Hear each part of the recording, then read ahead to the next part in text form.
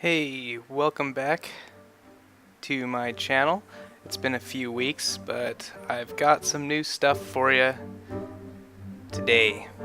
So we are actually looking at another 600 point Warhammer Fantasy Battle Report between me and my buddy. 600 points as shown previously, same loadouts. I'll show a army list at the end of this, but this is going to be a new format done in the small clip segment, I think made popular by Mini Wargaming. So we're starting off right now, already moving up the field. We've got our 8-inch movements, we're just moving straight. We set up the battlefield, I think this is the second time we played. This has been a while ago now, but I believe this was the second time we played, and we set the battlefield up kind of like how you would set it up in a 40k game. So it's got kind of annoying terrain, you'll see that later on. Annoying terrain just all over the field, which breaks up our movements.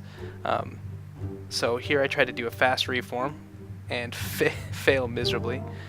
That's going to be a pattern later on. So I just do a normal reform to kind of face the battle, just kind of pivot there, face the middle of the table where all the fighting is going to happen. Here we do the Winds of Magic, and get an 11. The Winds of Magic this game are pretty insane as well.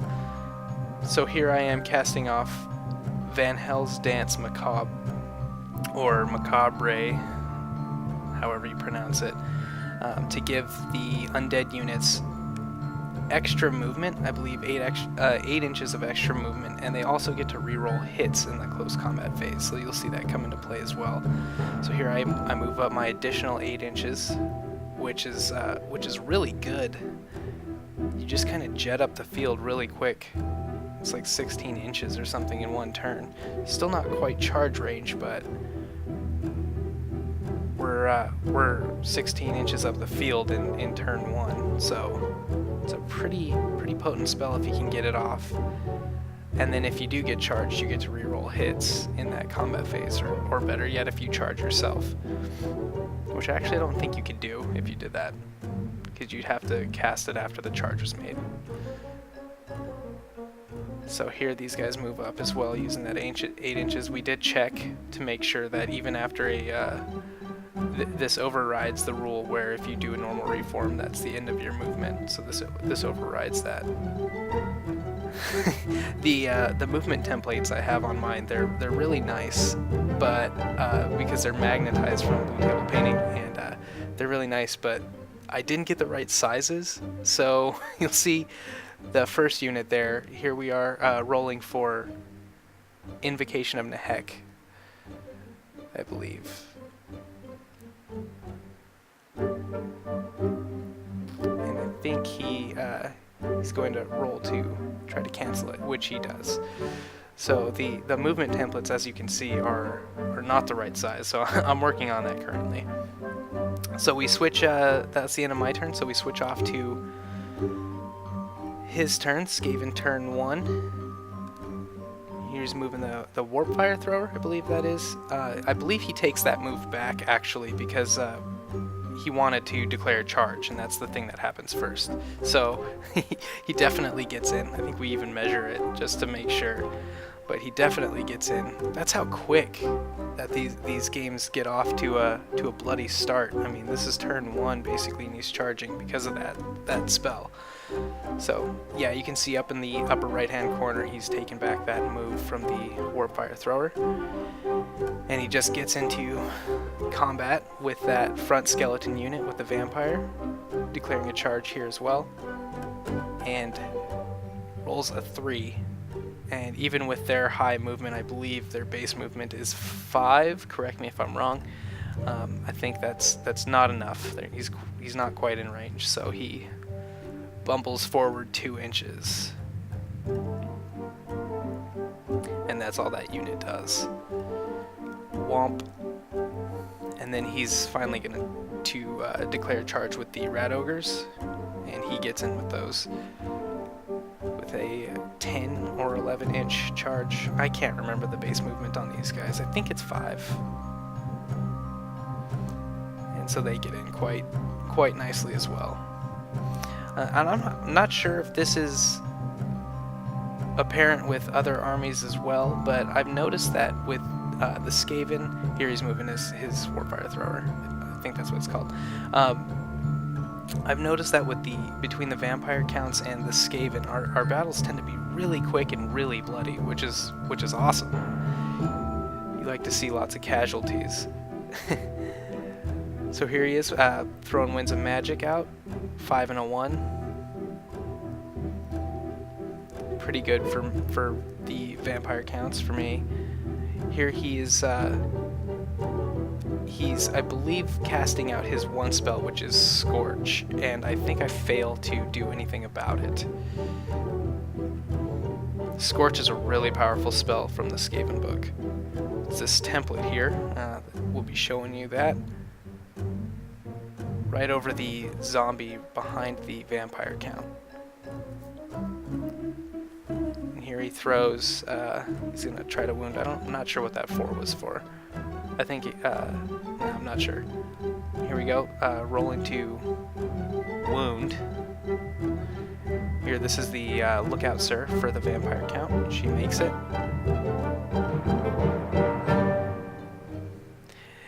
And look at all the casualties! There's like 11 casualties there. Really nice hit. Scorch is nasty, especially on a unit with no armor save. And the killing doesn't stop there. He's going to do his mortar now. And of course that hits directly. But this doesn't wound as easily as the spell, Scorch. That white dice is for the vampire, to wound the vampire. I think he needs 4s. So here's the lookout, sir, again. Again, she makes it. And I believe that's 4. 4 dead zombies, in addition to the 11 I think already lost. So nice hits there.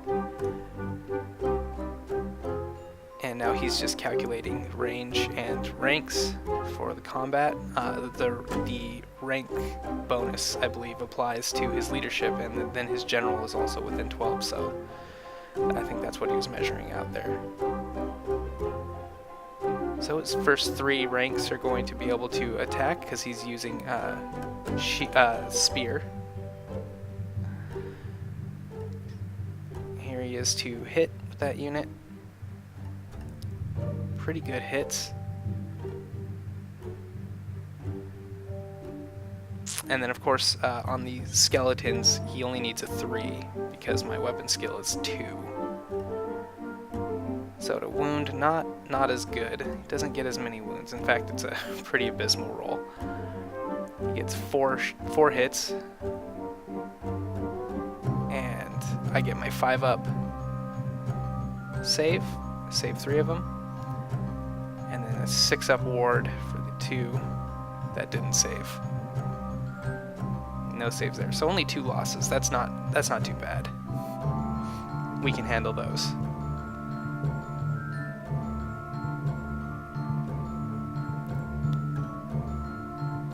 And then I believe this is for his rat ogres attacking. And they need 3s to hit as well. Pretty good hits, and then he's only going to need 2s, I think, to wound here.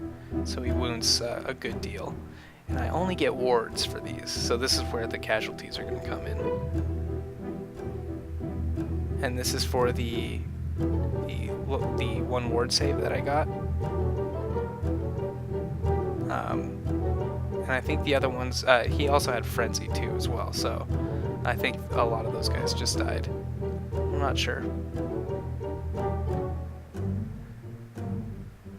So all told, I lost 4 skeletons there from the unsavable hits.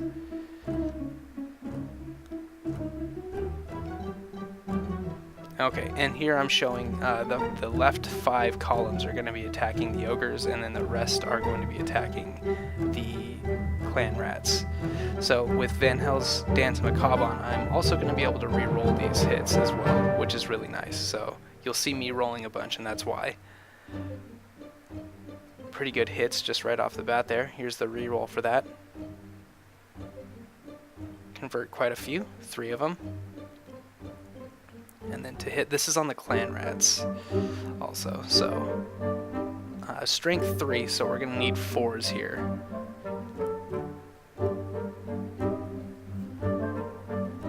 Only 4 wounds. And there's the saves for those. I think he loses 2? Yeah.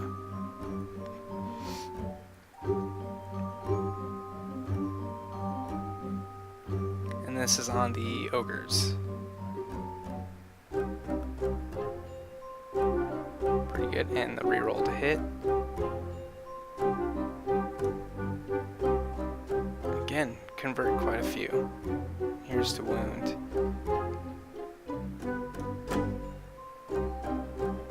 I believe I need 6s to wound these guys, so it wasn't easy, but I got 3, I think.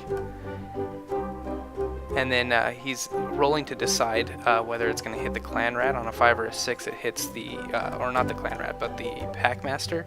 And he did not roll a 5 or a 6, so both wounds go automatically onto the ogre. Here's combat res for the wounds, the extra ranks, and the banner musician, and the banner and musician for myself, the wounds, and I don't believe I had any extra full ranks at that point. Oh, I had one full rank.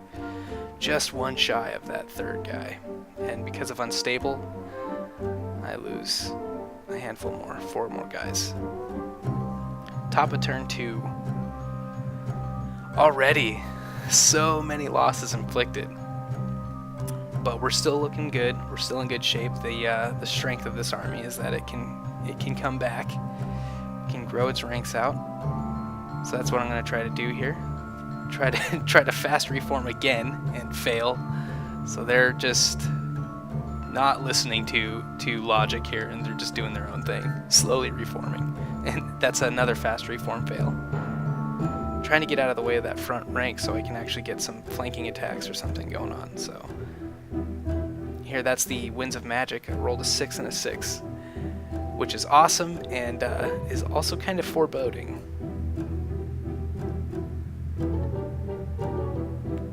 So here we are, rolling for Van Hell's Dance Macabre again. Refresh that on the unit. Really want those rerolls to hit.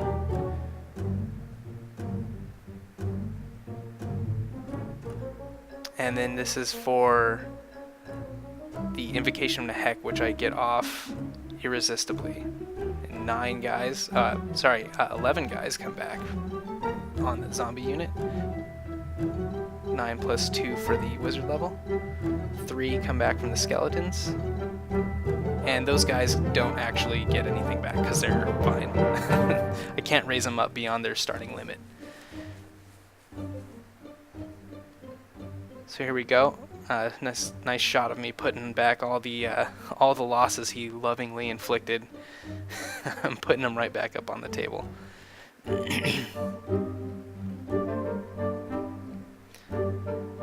So here we go to see what happens with the mishap. And I roll Snake Eyes. Dimensional Cascade, no! The large round template. Oh no. So when they're ranked up like that, that large template is pretty unforgiving. So, and they have no armor saves also. So that's gonna be a whole basically every loss I put back on the table is going to go back off the table again, probably plus some. Actually, I think it was 11, so exactly the same amount leaves the table again. And then that is for the Lookout Sir. And that is game. Alright, now for a little post-game Redux. Upon further review, actually that last dice roll was not the ward save or anything. It was actually to under that rule, under the dimensional cascade, if you roll, I think, a 1, 2, or 3, the wizard is wounded, and so that's what that roll was. And then the last roll was to see if she was just sucked into the ether, so which she was. And actually, the reason why we called it there, the reason why we called it game, is because of the unstable rule and the loss of general rule for vampires. If you lose your leadership and you don't have any other wizards to back it up, then you suffer the crumble rule. And because of the points that we're playing at, 600 points, which is actually below low, so we don't have really any points to have at this point anyway. During this game, we didn't have any secondary leadership, or I didn't have a necromancer or anything. So at that point, it was basically all those losses had been inflicted. My vampire was dead, so I'd be basically just taking licks and then losing more and more. So it was essentially a game at that point. So that's why we called it. Now on for a little bit of a ramble. That is the first time that I've done a report like that. Let me know if what you guys think about it, what I could change, what I could do better. Obviously, we tried this out because, again, this channel is going to be all about improvement across the board, which is why, even though it might not be necessary for just a little channel like this, that's why I've been spending a lot of time actually working with After Effects and stuff to create kind of an interesting intro. So that was one thing I wanted to do after the painting challenge, was to kind of establish my channel, inject a little more quality into it, just for fun, just to do it, just to improve.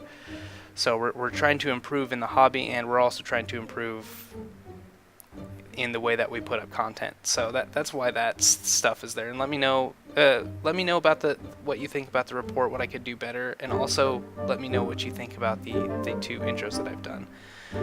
Now what you're looking at here is the roster, the 2 army rosters. Again, it was 600 points, so really not a lot of stuff in these lists. So that's why these reports are kind of shorter, that's why they're quicker, and that's why they're probably not what you'd normally expect for battle to be. They're significantly below what you would consider to be a normal standard small point game. So we're looking to get there.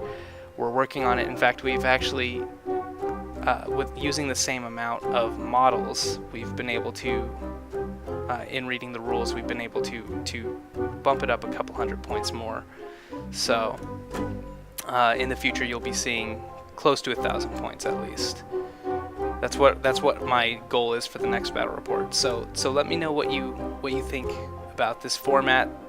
If we should continue doing this particular format, or if we should go back to the way that I did it before, which is basically just to film kind of a recap at the end of at the top or at the bottom of each turn, I believe, or top of the next turn. So I believe that's it for me.